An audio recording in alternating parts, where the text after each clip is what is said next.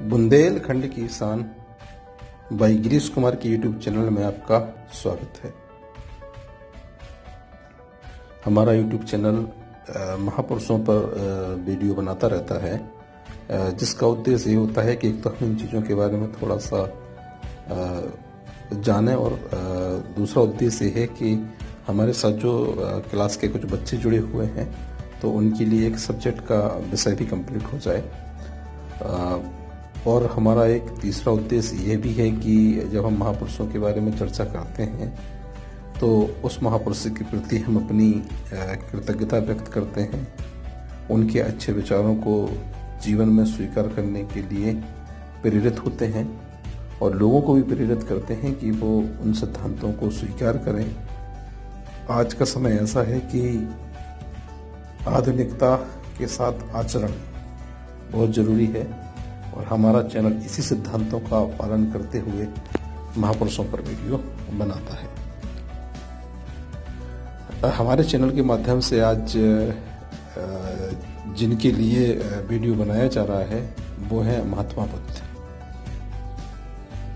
आज वैशाख पूर्णिमा है, इसी को बुद्ध पूर्णिमा भी बोलते हैं। जो पूर्णिमा होती है इसका स्वामी चंद्र है और चंद्र यानी चंद्रमा, और चंद्रमा का भारतीय हिंदू बौद्ध में दोनों जो धर्म हैं, जैन धर्म बौद्ध धर्म हिंदू धर्म, तीनों में बड़ा महत्व है। बुद्ध पूर्णिमा के दिन जो घटना हुई थी वो ये हुई थी कि इस दिन महात्मा बुद्ध का जन्म हुआ था और महात्मा बुद्ध के जन्म होने के साथ ये बौद्ध धर्म का एक प्रमुख त्यौहार भी है। और आज बुद्ध पूर्णिमा के दिन हम लोग महात्मा बुद्ध के जीवन पर थोड़ी सी चर्चा करेंगे और ताकि हम इसको थोड़ा सा समझ पाए। महात्मा बुद्ध का जो जन्म होता है वो होता है शाक्य गणराज्य में। शाक्य गणराज्य जो था वो जो नेपाल था, नेपाल की तराई में था। लुम्बिनी नामक गणराज्य था, लुम्बिनी नामक जगह थी जहाँ पर इनका जन्म होता है। इनका जो गोत्र था वो गौतम था, इसी वजह से ये गौतम कहलाए। इनके जो पिता थे जिनका नाम सुशोधन था, उनकी शादी कोलिय गणराज्य की राजकुमारी से होती है जिनका नाम महामाया था। और सुशोधन और कोलिय महामाया का एक पुत्र पैदा होता है जिसका नाम सिद्धार्थ रखा गया, जो आगे चल के महात्मा बुद्ध बनेंगे। तो आज का ही दिन था, यानी वैशाख पूर्णिमा का ही दिन था जिस दिन उनका जन्म हुआ था। जब सिद्धार्थ का जन्म होता है, अभी महात्मा बुद्ध वो बने नहीं है, जब सिद्धार्थ का जन्म होता है तो उनके पिता ने ज्योतिषियों को बुलाया और उनके भविष्य जानने के लिए उनसे कहा कि इसका भविष्य बताइए, जो हमारा पुत्र हुआ है ये कैसा है। ज्योतिषियों ने बताया कि महाराज दो ही ऑप्शन हैं, या तो ये बेटा आपका बहुत बड़ा चक्रवर्ती सम्राट बनेगा, और सम्राट बनेगा तो ऐसा बनेगा कि पूरे के पूरे जो आपका साम्राज्य है वो बहुत विस्तृत साम्राज्य बनेगा, या फिर ये बहुत बड़ा धर्म पथ प्रदर्शक बनेगा, यानी कि साधु बनेगा। इसके हाथों में यही दो चीजें लिखी हुई है। बोला जाता था कि उसके पिता चूंकि धर्म से संबंधित थे, उन्होंने इस बात की ओर ज्यादा ध्यान दिया कि हमारा जो पुत्र है वो चक्रवर्ती सम्राट बने। इनका प्रशिक्षण शुरू किया गया। ये बचपन में घुड़सवार, बहुत अच्छे रथ चालक थे, बहुत अच्छे निशानेबाज थे, बहुत अच्छे तलवारबाज थे, यानी युद्ध कौशल, रण कौशल, धर्म कौशल सब में इनको निपुण बनाया गया। इनके पिता का उद्देश्य था कि ये साधु ना बन जाए, वो चूंकि डर भी रहे थे, इसलिए जो 3 प्रमुख ऋतुएं थी, ग्रीष्म ऋतु, शरद ऋतु और वर्षा ऋतु, इन तीनों ऋतुओं के हिसाब से 3 अलग अलग महल बना दिए गए, जहां पर इनको रखा जाता था, ताकि इनके सामने जो है वो राज्य धर्म राजनीति की चर्चा हमेशा होती रहे। 16 वर्ष की आयु में इनका विवाह यशोधरा से कर दिया गया और इनका एक पुत्र होता है जिसका नाम राहुल रखा गया, शायद राहुल, हाँ राहुल रखा। और उसके बाद कहानी ये शुरू होती है कि ये 4 चीजें अपने जीवन में देखते हैं। पहली चीज, इन्होंने एक वृद्ध आदमी को देखा। आदमी वृद्ध था। उन्होंने अपने रथ चालक चन्ना उसका नाम था, उससे पूछा और बोला ये कौन है, लगता तो मनुष्य जैसा है। तो उन्होंने कहा कि राजकुमार ये वृद्ध आदमी है, ये उम्र के पड़ाव को पूरा कर चुका है, अभी वृद्ध हो गया है। तब उनके मन में ये प्रश्न था, क्या मैं भी ऐसा हो जाऊंगा? तो उन्होंने कहा हाँ राजकुमार, आप भी ऐसे हो जाएंगे। उन्होंने कहा यशोधरा क्या, यशोधरा भी ऐसी हो जाएगी? उन्होंने कहा हाँ राजकुमार, सच्चाई है, यशोधरा भी ऐसी हो जाएगी। उस बात को उनके मन में बड़ा गहरा असर पड़ा। रात भर सोचते रहे कि कैसी चीजें उनके दिमाग में घूम रही है। कुछ समय बाद उन्हें एक बीमार व्यक्ति दिखा जो कि रो रहा था, करा रहा था, उसका शरीर जर्जर हो चुका था।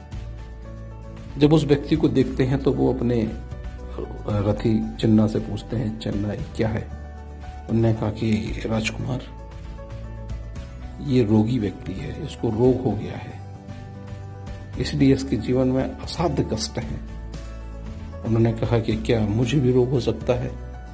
उन्होंने कहा हो सकता है राजकुमार, बोले मैं इससे बचूं कैसे? उन्होंने कहा बचने का एक ही तरीका है, संतुलित भोजन करिए, व्यायाम करें, तो शायद इससे बचे रह सकते हैं।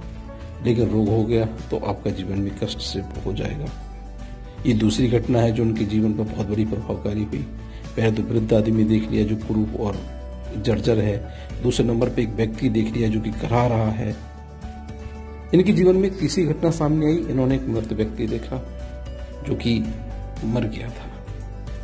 उन्होंने कहा कि चन्ना ये क्या है? उन्होंने कहा मृत व्यक्ति है जो कि मर गया है।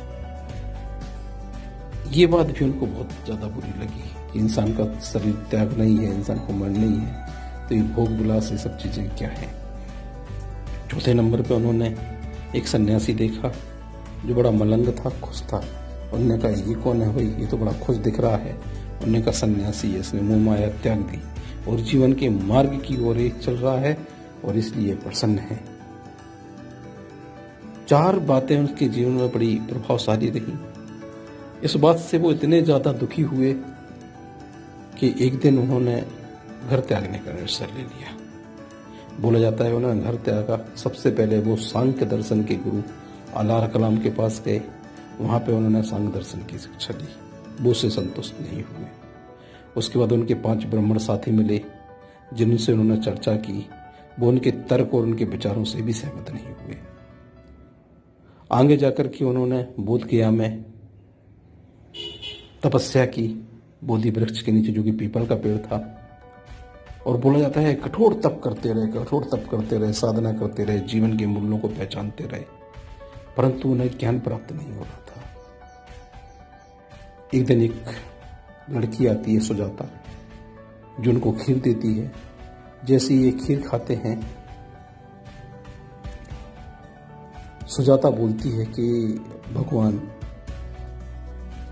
बीड़ा को इतना मत कसो कि उसके तार टूट जाए, और इतना ढीला भी मत छोड़ो कि बजना छोड़ दे। इस बात से प्रेरित होकर के महात्मा बुद्ध मध्यम मार्ग की ओर जाते हैं और बोला जाता है कि उन्हें ज्ञान की प्राप्ति हो जाती है। और जो ज्ञान की प्राप्ति होती है वो आज के ही दिन यानी बुद्ध पूर्णिमा के दिन होती है। यानी बौद्ध धर्म में ज्ञान प्राप्ति का दिन भी बुद्ध पूर्णिमा है और उनके जन्म का दिन भी बुद्ध पूर्णिमा है। जब वो आगे हो जाते हैं तो ये जीवन में उनके लिए एक बहुत बड़ी घटना थी।